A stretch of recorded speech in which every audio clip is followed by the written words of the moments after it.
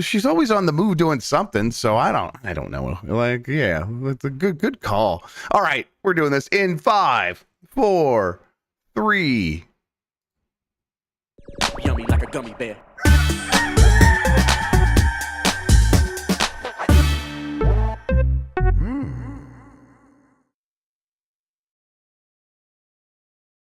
It's the internet. You're busy. Let's do this for August 7th, 2024 for the next hour or so.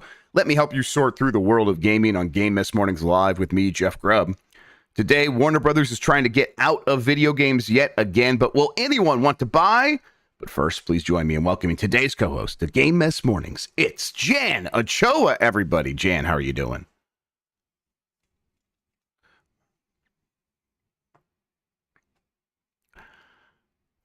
If I had to put money on it, I would say it's Wednesday, but I really... Oh, no. Oh, he's muted. Okay. All right. Well, Jan Ochoa, everybody.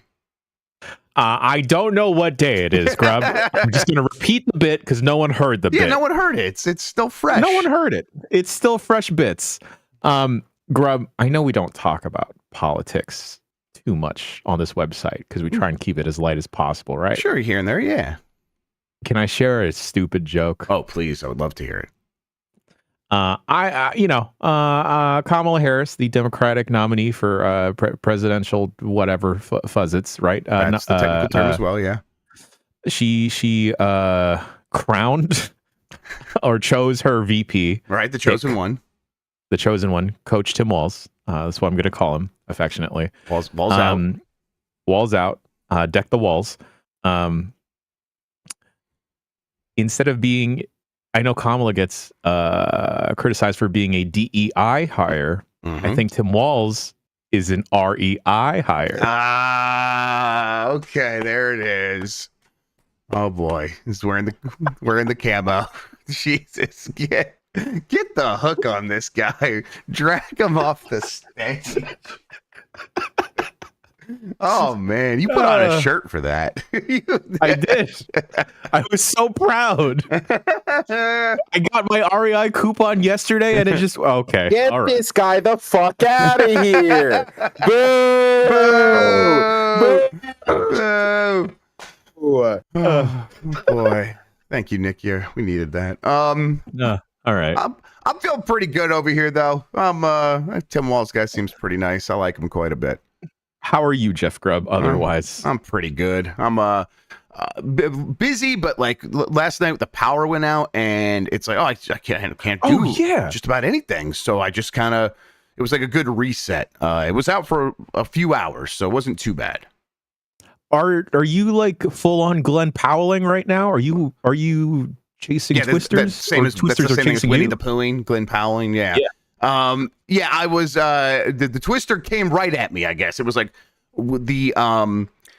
the map of like where things started to go bad basically started right over my house and then went east. And so the good news there is like when I was like, I got to go get food, I could like just go a little bit west and everyone was fine and all the restaurants were open and stuff like that. But over here, all the power was out and it hit me. And then it's like I was telling Mike, I'm like, Mike, power's out. I don't know if we could do our podcast tonight. And then his power went out as well. Thankfully, it all got restored relatively quickly. So no big deal. And the internet was back and all that. So, yep, we were able to get it done, but it was a little scary. Other than that, though, the kids did not like being like, hey, the weather's so bad you have to go in the basement. Because then they're like, that's the end of the world. Then.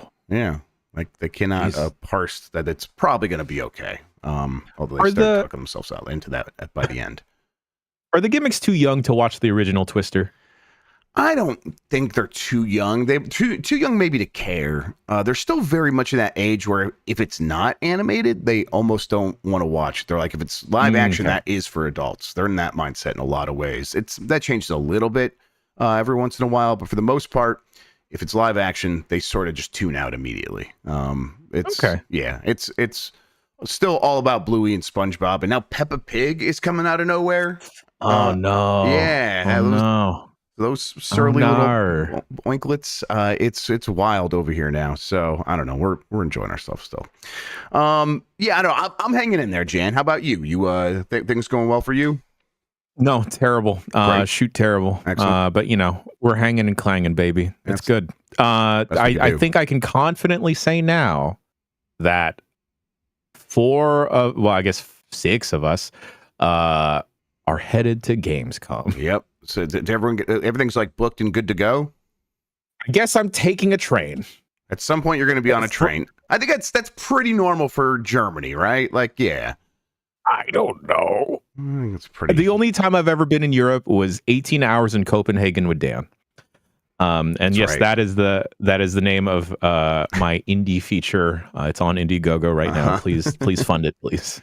I'm excited. I won't be able to make it. I was trying to make it happen, but it conflicted with the first week of school, and Steph also has something that week. So I'll be at home taking care of the kids, but you'll be there taking care of our kids, the Giant Bomb kids. So that'll be fun. I think about it, and I don't know why I wind up lumping myself and get lumped with having to be the parent of the group, despite being the youngest when we go on these trips. Tam and Lucy are, of course, going to be there representing GameSpot, but representing the GB team. We will have Dan Reichert, Mike Minotti, and Bailey Myers.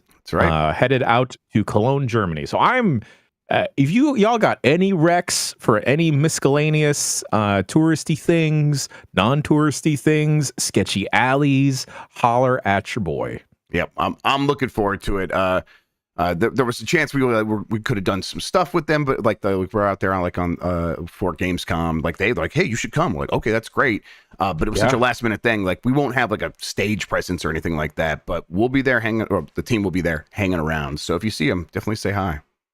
Yes. Also, I'm 90% sure PAX West is happening. We will have at least one panel there. Yeah. If you are interested in seeing some of the crew at PAX West this year. Yep. And that's kind of pretty back to back. So a lot of the crew will be getting home and then immediately heading right back out. But we'll have more details on that here pretty soon. Let's go ahead and explain what we do here. Most weekdays, Jeff Grubb, will help piece your gaming life back together.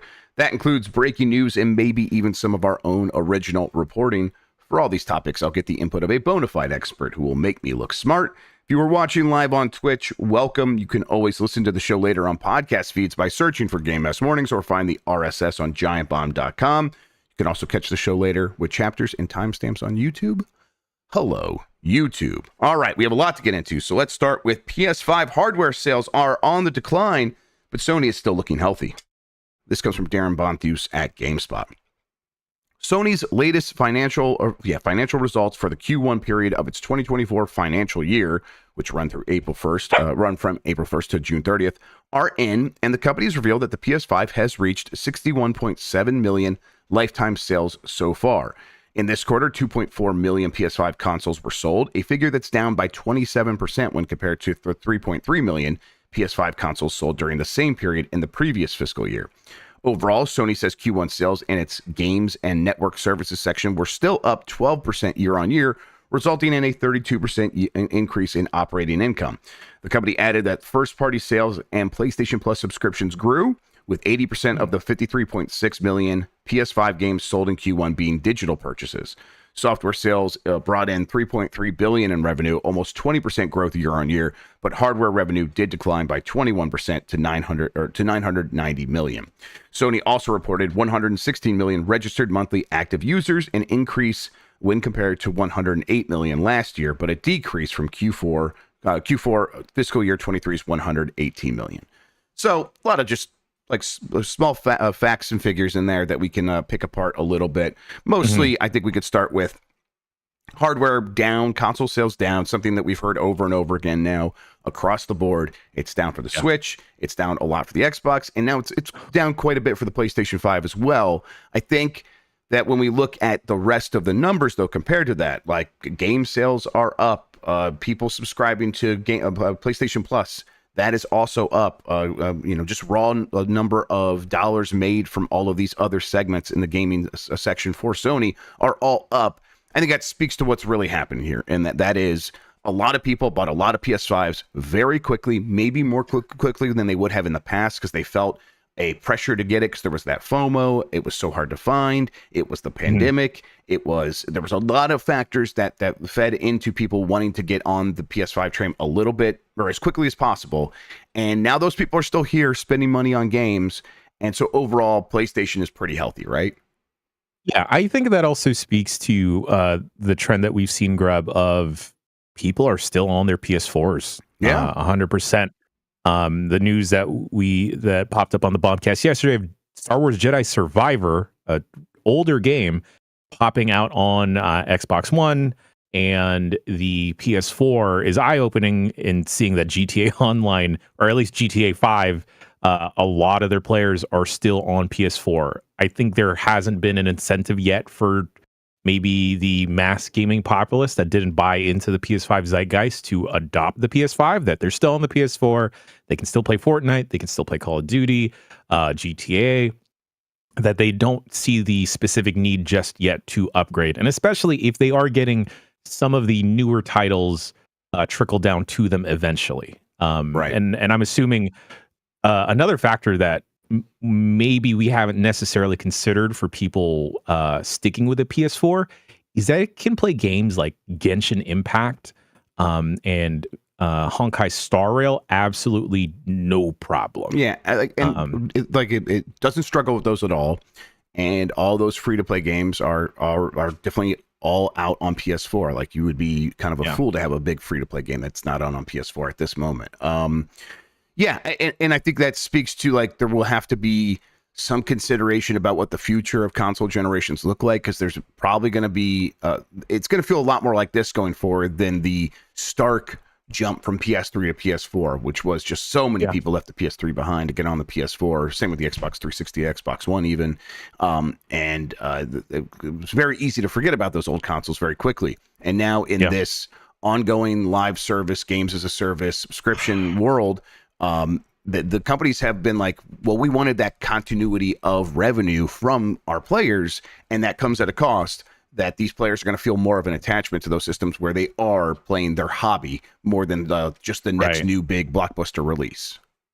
Right. And, you know, we should factor in Destiny into that as well, because there hasn't really been that killer app for the PS5 for people to jump to, at least in terms of like a multiplayer game. Yeah. Sure, there's Final Fantasy VII Rebirth, Valhalla, but even Valhalla got trickled down to the PS4. Yeah, but like Call of Duty's like coming out every year on PS4 still, like including this year.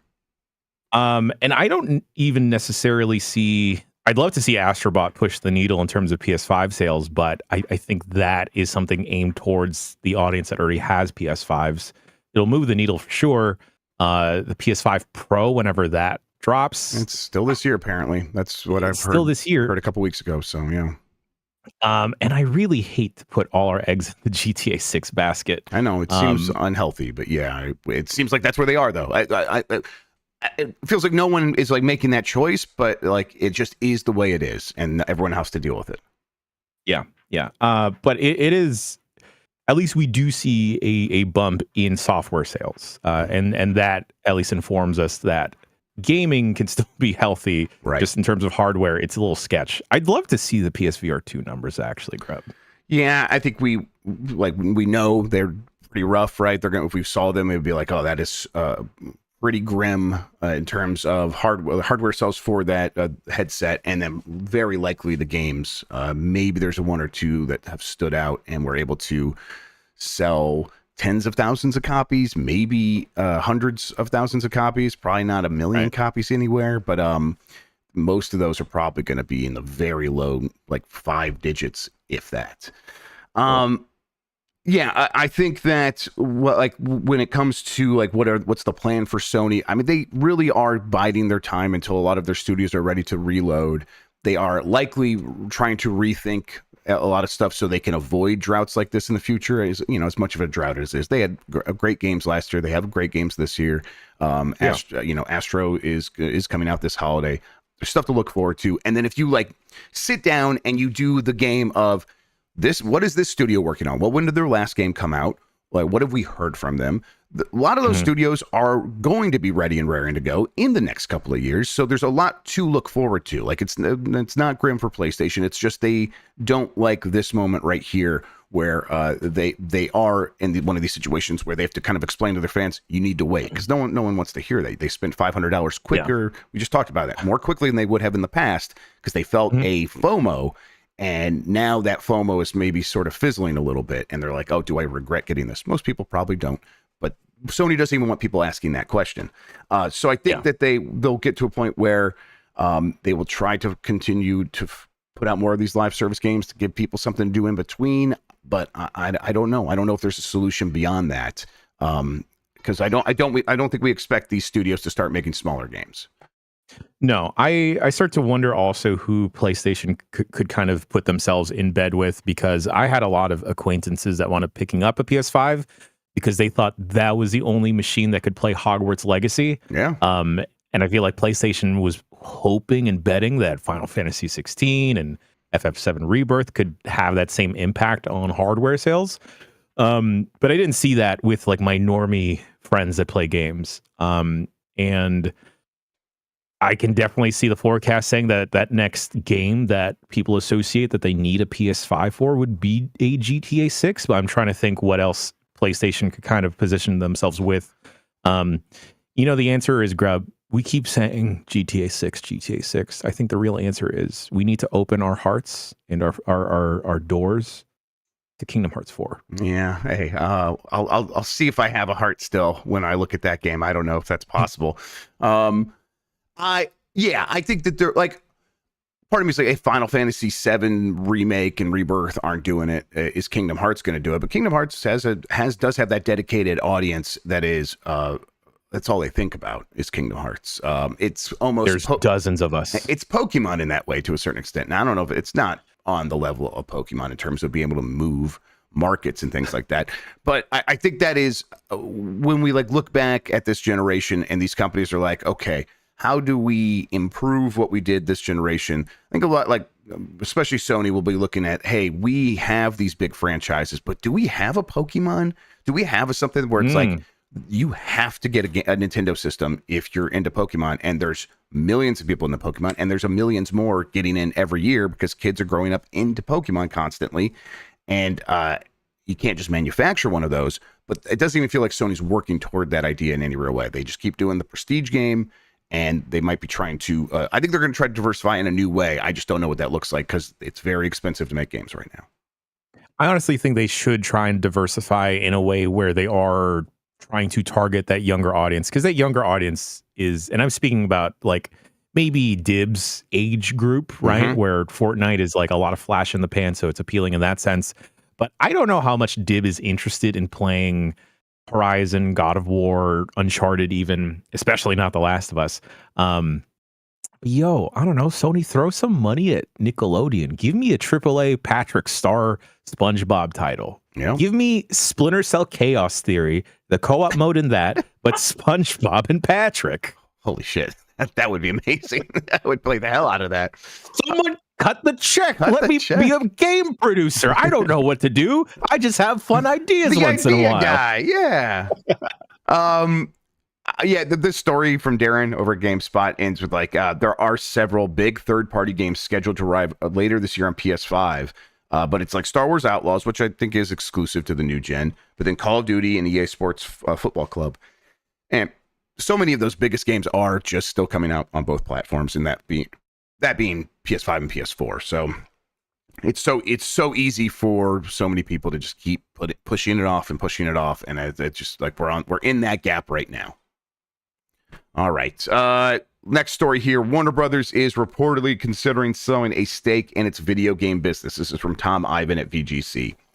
Warner Brothers Discovery is reportedly considering selling a stake in its video game business. That's according to Financial Times sources who claim the media giant is looking to offload smaller assets in an attempt to help reverse a near 70% decline in its stock price since Warner Media and Discovery merged in 2022. It's said to be considering offers to sell Polish broadcaster TVN or a stake in its video game arm, which is home to a dozen studios. That includes Avalanche Software, which made Hogwarts Legacy, Rocksteady, which made Suicide Squad, TT Games, which makes the Lego games, Mortal Kombat's NetherRealm, Monolith Productions, which has done Middle Earth. I think they are working on that Wonder Woman game now, if I'm not mistaken. Ugh. And Warner Brothers Games Montreal, which has done Gotham Knights and a previous Batman game.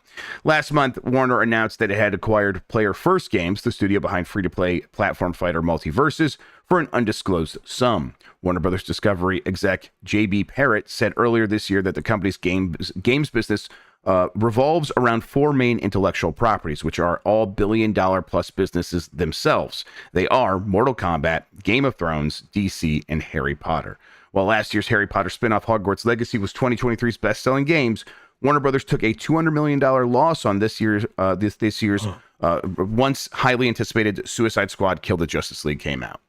So, volatile business that they're in games, I think is how they're viewing it, where even when they have the biggest game, the biggest sort of miss is so big that it can swallow up all of the revenue made by Hogwarts Legacy, which is probably is very frustrating for them. Yeah, I'm getting the vibe, Grubb, that folks at the top of Warner Brothers don't know how to business. Yeah, it smells like that, huh? It definitely smells like that, especially when you have Hogwarts Legacy and NetherRealm on your roster, let alone the Lego games, because like the Lego games are just like money printing machines. I mean, I think point. that Star Wars Skywalker Saga game was very Hogwarts Legacy like in terms of its sales numbers. Yeah. It was massive. Legitimately, it is one of the better Lego any games in a very long time. Yeah. And sure, Suicide Squad, Gotham Knights, major misses, but I think that is because people at the top had too much oversight and put too much of their capitalistic dirty hands on the game rather than just letting the devs do what they got to do. Yeah, it was these studios are magic, and we have an idea that we want to like have them make a live service game or something that's going to be more ongoing. We want the studio to work on that, and all the problems that are inherent to that idea. Well, the studio's magic, so they're going to make it work, and it's going to come together in the last minute, and it didn't work again. That's A, too much trust, and B, too much pressure on that relationship between studio and the people at the top. Like the folks at Rocksteady do magic, but when you were forcing them to ham-fist a live service game into a Suicide Squad game, let alone the idea of a Suicide Squad game in 2023, feels a little bit dated, especially after, that original movie was poorly received. The second Suicide Squad movie just didn't perform well because of still being amidst the pandemic and having the name confusion. So I don't think there was too much excitement for a specific Suicide Squad game so many years after the original movie. So it kind of felt like it was doomed from the start, Grubb. Yep. It definitely also has that stench about it. It's so, okay. Warner Brothers, not in love with the gaming business. I think that if everything was going great for them, I think they'd be like, look, we hit so hard with Hogwarts Legacy.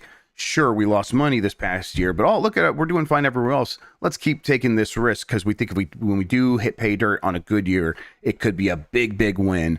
But they're not in that position. Warner Brothers is falling apart constantly, as the story says. The stock price down 70% since the Warner Discovery merger, and it's David Zaslav just making bad choice after bad choice and not understanding any of the businesses that he's in.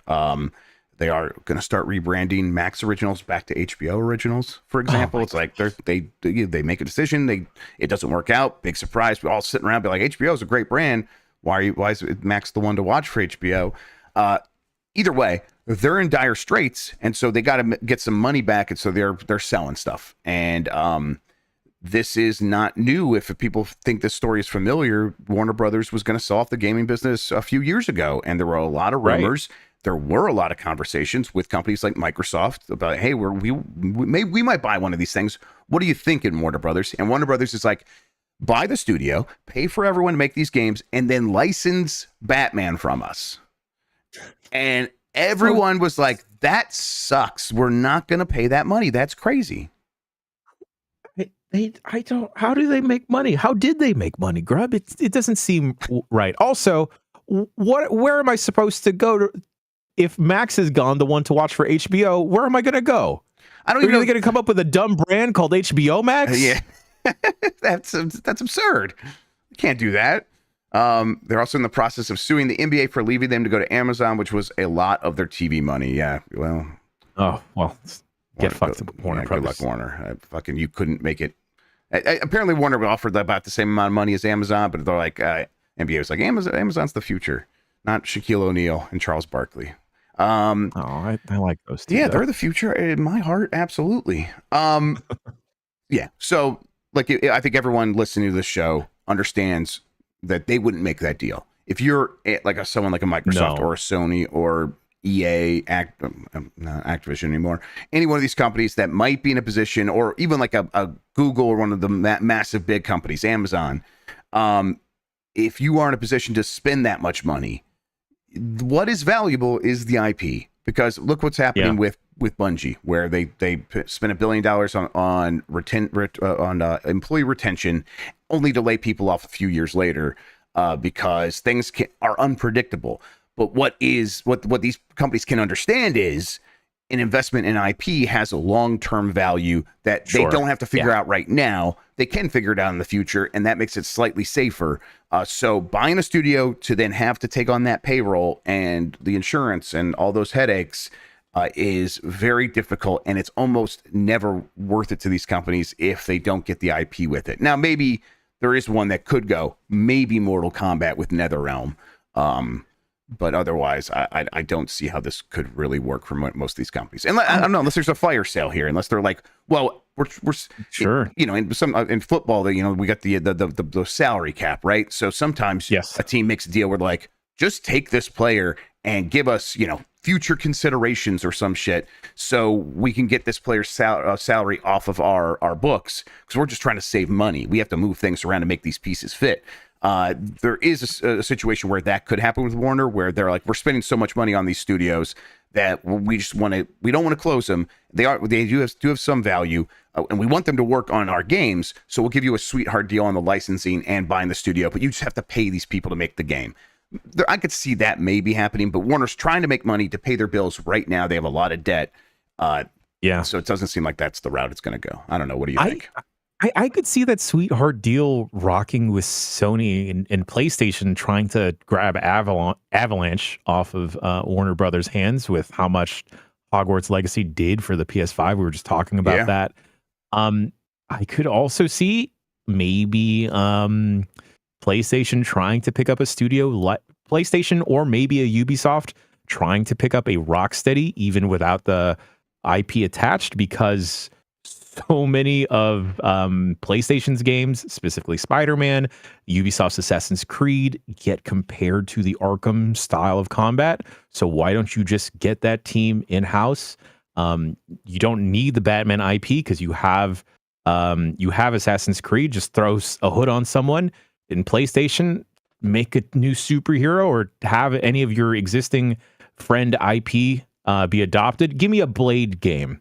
I know that we have a Blade game coming up, but I just want more Blade. I mean, and like Sony has the extended Spider-Man universe, right? So they have a deal to like a good relationship with Marvel to be able to get that if they wanted to. I know it's different between the games and the movies, but and they're always investing in that stuff on the movie side. So maybe like having a team like that ready to go.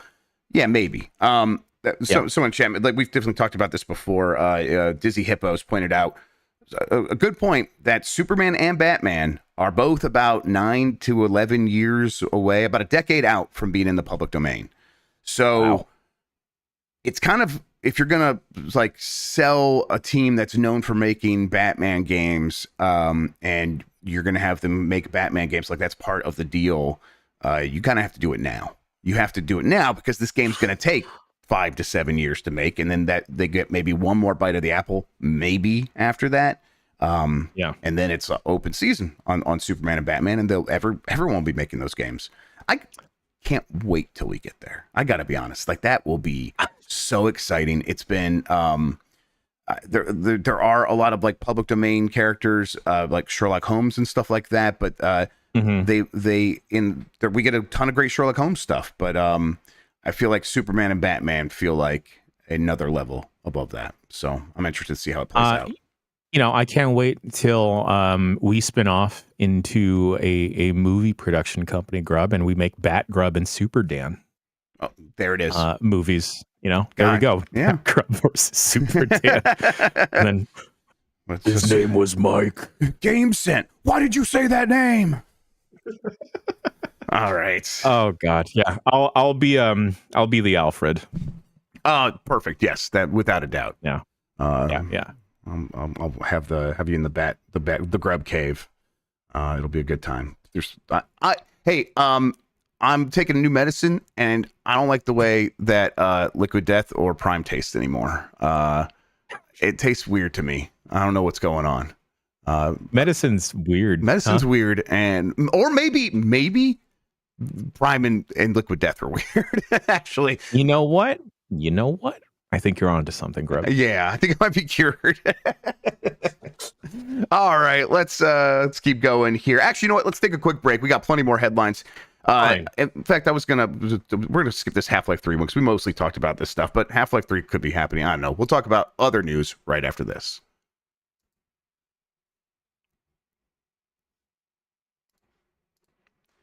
All right, we are back. Let's get into this story right here. Star Wars Jedi Survivor for PS4 and Xbox One does launch on September 17th. This is from Sal Romano at Gamatsu.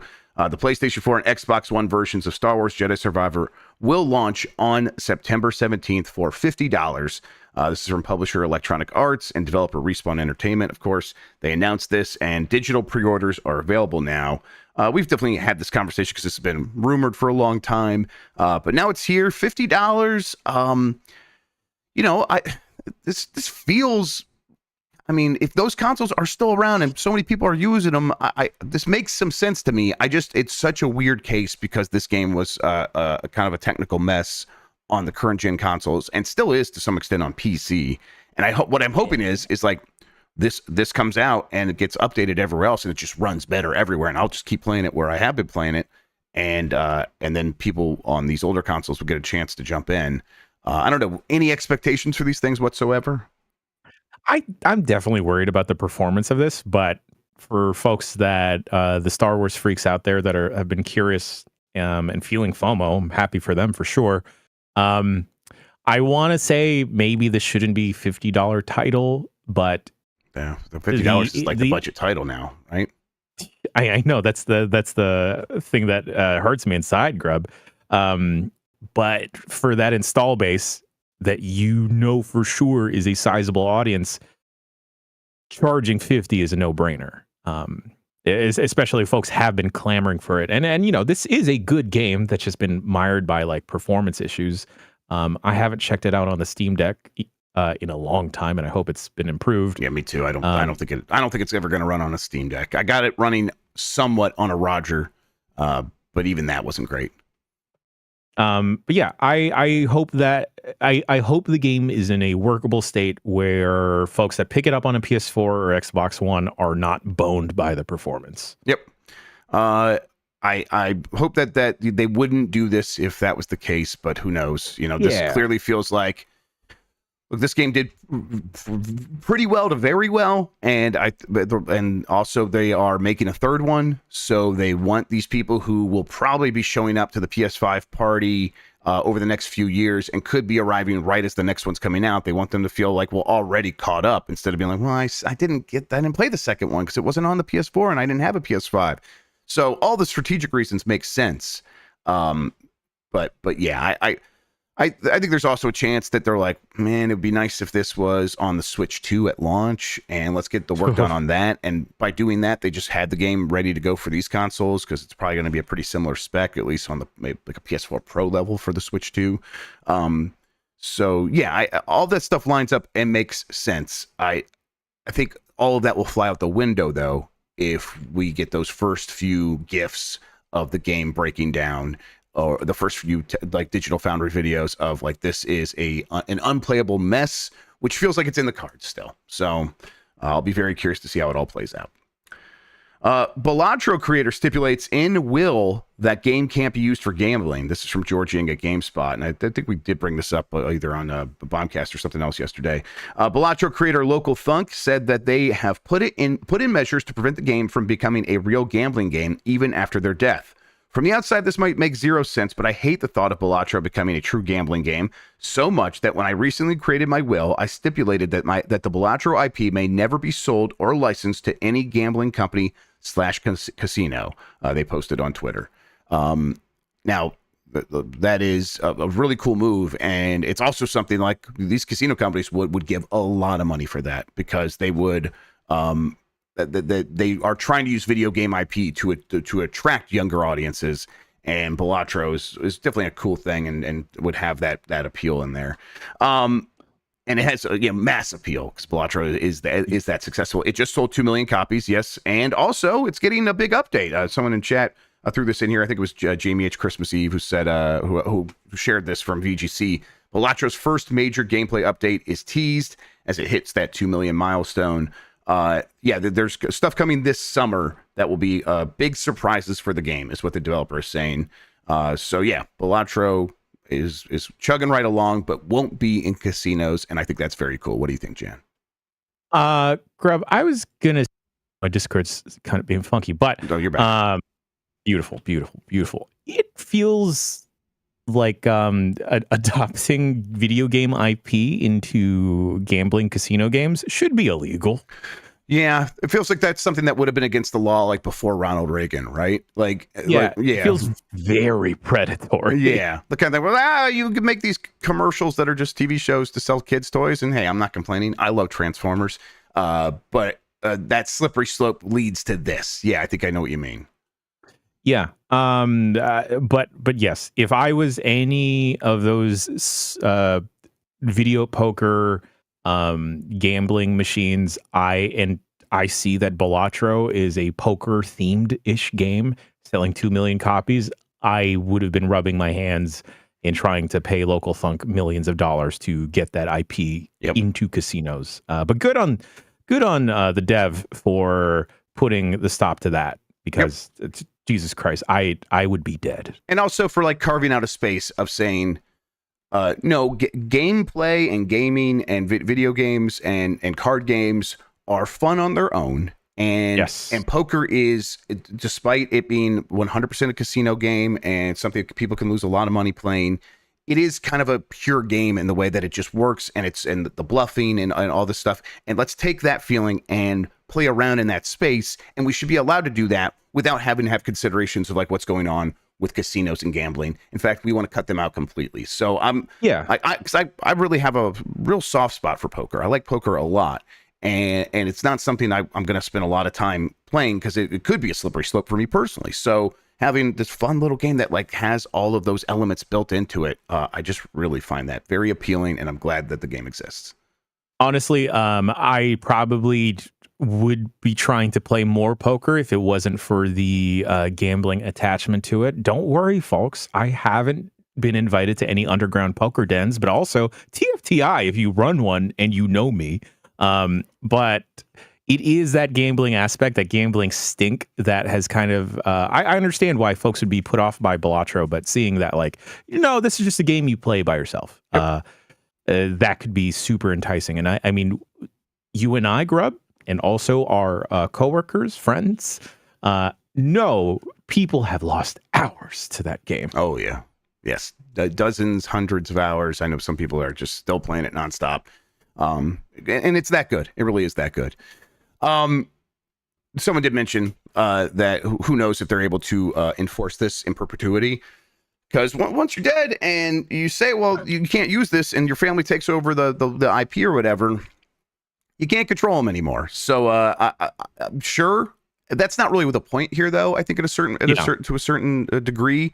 And I'm sure there's like lawyers listening that want to chime in and say, here's how it works. And you could do that. You can always do that. But understand that the point here is more human than legal. And it is that the creator wants to take ownership and draw a line in the sand. And we're all respecting that now. Who knows what happens in the future? Yeah. I mean, part of the appeal when it comes to card games like Sabak is just screwing over people. Yeah. Oh man, It's cheating. can't wait to play some sabacc and get an idiot's array and be like, I know what an idiot's array is because I'm that nerd. Grubb, I'm telling you, if we ever all play sabacc in person, and I don't actually know how to play sabacc, Yeah. if that right, I will just turn into Lando Calrissian. Hell yeah. Jando Calrissian. Okay. Fuck. I want that real bad. Oh no, this is bad. Dan's got a sabacc table, I think. I've been at his place. He's got everything, so I think he's got one of those. All right. Retro re-release studio Digital Eclipse says it is up for a collab with Nintendo. This is from Liam Doolin at Nintendo Life. Digital Eclipse might not necessarily be a household name for like certain other game studios, but the retro specialist has made a name for itself in more recent years with compilations like the Mega Man Legacy Collection and Atari 50, the Anniversary Celebration, as well as TMNT, the Cowabunga Collection. The company has teamed up with Japanese companies previously, so could we see it work on something related to Nintendo's first-party releases in the future? According to Digital Eclipse's Chris Kohler, shout-outs to Chris, big fan of you. Although nothing is in development, he says, the door on a possible partnership hasn't closed, and historically speaking, there are already some links. He spoke to VGC saying, speaking of white gloves, this is the question. Presumably, Nintendo isn't interested in a collaboration yet. And then Chris responded, well, historically, Other Ocean, who previously owned Digital Eclipse, did Minecraft 3DS edition for Nintendo. And we've done stuff with Nintendo as a company historically in the past. So I don't think the door is closed. So, we'll see what the future will bring. But certainly nothing is in development at this time. Nintendo, and Chris, I think, mentioned this later on in the interview. So it's like Nintendo handles its retro stuff on its own. Clearly, it had NES World Championship recently. It's got the new virtual console, Nintendo Switch Online, and stuff like that. But hey, an Atari 50 for Nintendo games, or one Nintendo game, just like Donkey Kong, I would pee my pants. I would be so excited. I would also pee your pants. Thank you. Yes, everyone, come over. We're peeing my pants. I want to see this.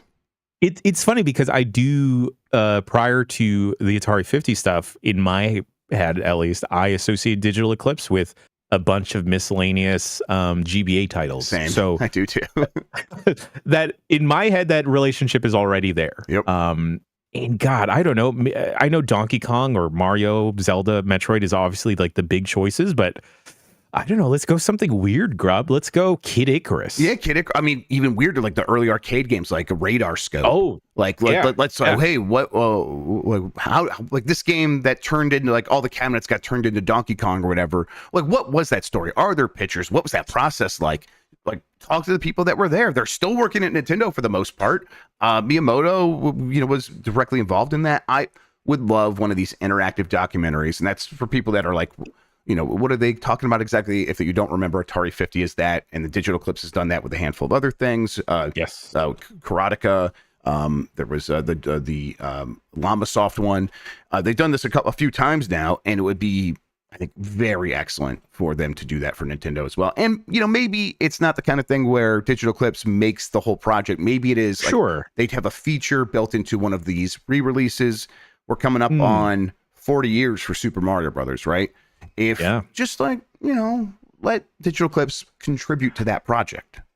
I would love to see like a deep dive into Wario. Even, like there's Wario's so like much. Kirby. Right? Yeah. Let's do Kirby. Kirby makes sense. Yep.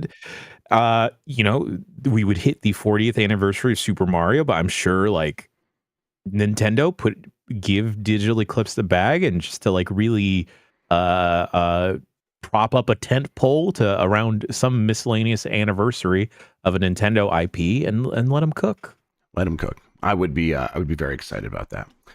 All right. Arcane founder says Prey and Dishonored fans will be happy with his new game. This is from Tom Ivan at VGC. Arcane founder Rafael Colantonio thinks fans of Dishonored and Prey will be pleased with the next game from his current studio. Following 18 years at Arcane, during which he served as president and co-creative director, Colantonio announced in 2019 that he'd formed a new outfit called Wolf-Eye Studios. The studio's debut title, Weird West, was released in 2022. The dark fantasy reimagining of the Wild West is a top-down action RPG and immersive sim that earned scores of 76 on PC and blah, blah, blah. Colantonio began teasing Wolf-Eye's next game in March when it was described as a first-person retro sci-fi RPG. And on Tuesday, he said players will learn a bit more about the title imminently. So Feels like maybe opening night live could be a place for that as part of Gamescom. We'll reveal a bit more on about our next game in a few days. Fans of the previous first-person games I was involved with, like Dishonored and Prey, will be happy, Wolfeye's president and creative director wrote on Twitter. This feels like the future of immersive sims, Jan, and I'm someone who's like hot and cold with immersive sims. It feels like it should be very much my game, and then I'll try some of them and it doesn't click right away. I think that happened with Prey, and I've gone back to Prey a couple times now, and it has clicked more. But immersive sims is a beloved genre. It is something that people who like those games really like, and Arcane was one of the outfits in town making big budget immersive sim games, and now immersive sim has kind of done that thing that RPGs did, where it's like it's finding itself into a lot of games in a lot of different ways and in a lighter sort of way. But if people want one of those pure immersive sims, they might have to turn to more independent studios like Wolfeye and a bunch of people who are inspired by people like Colantonio. And I find this something that is exciting. That I'm glad that we're here, where the tools are available for people to take these genre torches and keep carrying them forward. And in this case, it's one of the people that lit the torches originally. So I'm very happy to hear this. Yeah, I can't say that all of these games have hit with me each and every time. I've always been Prey curious as well. But I'm happy that fans of the genre can continue to follow one of the people that really put the genre again on the map. Yeah, I don't know. I just want some weird stuff, Grubb. I want some weird stuff without the stakes that Dishonored feels like it has. Because there are times where Dishonored feels very super duper serious. I kind of want goofy crap like Hitman. Yeah, and that's what I was kind of looking for from Deathloop, and I mostly got it. I'm someone who really enjoyed Deathloop because what I want is a chance to go in the world and learn it, and then have a chance to use that knowledge, and Deathloop was exactly that game. Like, hey, well, let's go through this multiple times so you can do the bumbling first run where you notice the window that if you had done a little bit more exploring, like, oh, I could have came in through that window and came behind those guys and took them out, and don't clip that. And you could on the next run. So it feels like there is an opportunity to mess around with the structure of MSims, and they did that with the Prey DLC Moon Crash that people really like.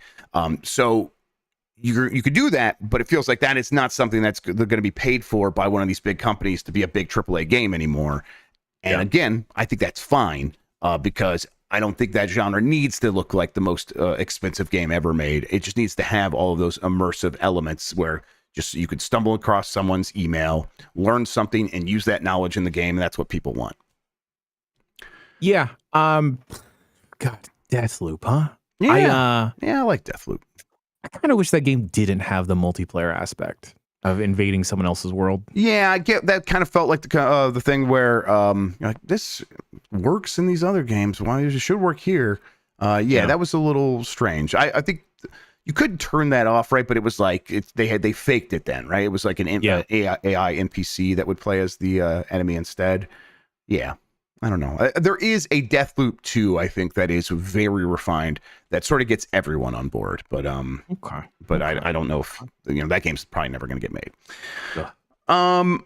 All right. Finally, here, Sunsoft is back. Retro game selection confirmed for English release in the West. I think that's the name of the collection. Is Sunsoft is back: retro game selection. This was previously announced for Switch in Japan, is now confirmed it for English release in the West as well. It'll come to North America and Europe on September 6th, 2024.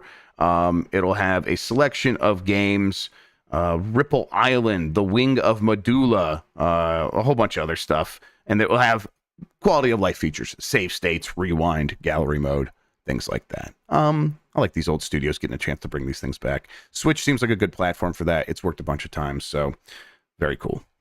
Yeah, those bangers, exactly, mechanized.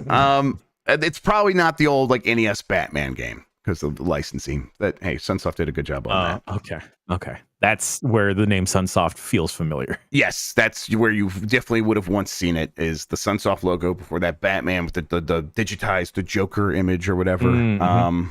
Wing of Medulla Oblongata. English is not supported on Steam, says Dizzy Hippos. Okay, well, that's a bummer. I guess get it on Switch then. That does it for the news. We got a poll question I'm going to bring up here in a second. In fact, I think I got it right here. Nope. No, I got it. There we go. The question was, do you feel like Oh, that's the new one from 4 minutes ago. Do you think we'll ever get a Half-Life 3? 73% said no. 27% said yes. People have lost the faith on this one, Jan. I don't blame them. No, of course. I definitely don't blame them. I feel like we're closer to a Portal 3 than we are to a Half-Life Episode 3. Right. I think they just put so much on what Half-Life needs to be, and there was diminishing returns, and Half-Life 3 can't be the victim of diminishing returns, I think, in Valve's eyes. At a certain point, they get over that, though, and I think we might be here. There is, the story is there's leaked data that suggests a new Half-Life could be made, and more data was found by Tyler McVicker, who does a Valve news channel on YouTube, that says it's probably not a VR game and could be the full new, like, follow-up, like, brand new big Half-Life thing. And if that's not Half-Life 3, it's something else, like equivalent to like an Alex, but not in VR. And that's pretty cool. So I'm getting my hopes up yet again. But I don't blame people who are not ready to do that until they know for sure. My only real exposure to Half-Life is just playing Half-Life 2 on the orange box. That's right. I can't say that it grabbed me as a youth. I wound up jumping to TF2 and Portal more. But sure. Hey, eventually it'll come out. Yeah, eventually. Well, I was saying when I say I will play that Black Mesa. That was the remake, right? Yeah, I'll do that. Quick impromptu poll, please, for the folks watching live, Grubb. Yeah. What do y'all think we will see sooner? A Half-Life Episode 3 or Beyond Good and Evil 2? And I just want to, just throw what y'all think in the chat, and I'm curious. Yeah, the new Half-Life or the new Beyond Good and Evil. I kind of lean towards Beyond Good and Evil as well. Everybody, most people are saying that. Funny. Yeah, there's a few. There's a handful of Half-Life 3s in here. I don't know. We'll see. Like I said, I'm getting my hopes up, but I'm not expecting this game to be out like next year or anything. So, whatever the public expectation of Half-Life Episode 3 is going to be radically different than what we will eventually get, because there's no way whatever was on the design docs and the blueprints for Half-Life 3 is the same as it would be now. Yes, after Half-Life 2 Episode 2, they probably did have a blueprint, and all that stuff certainly is out the window now. Okay, new poll question. Do you feel like PS4/Xbox One support is still holding back new gen game releases? Yes, no, and I never felt that way. I'm like, that's the gen for audio listeners is like rocking back and forth, like unsure, and I'm like kind of in that zone too now. But we can talk about it on the show when we get the results tomorrow. Speaking of tomorrow, we'll have plenty of stuff on Giant Bomb between now and then. We're gonna have Blight Club. Like Grubba is today. There is a chance I could finish the game today. We'll see. I'm hopeful because I'm ready for Mike's game. I'm ready for him to play instead. Yep. And I've been getting the art. Good work from Jerem. I've been sharing it immediately. I'm just so excited. I don't want to spoil it. We did mention on Bombcast it's for the Wii. So it's going to be Waggle.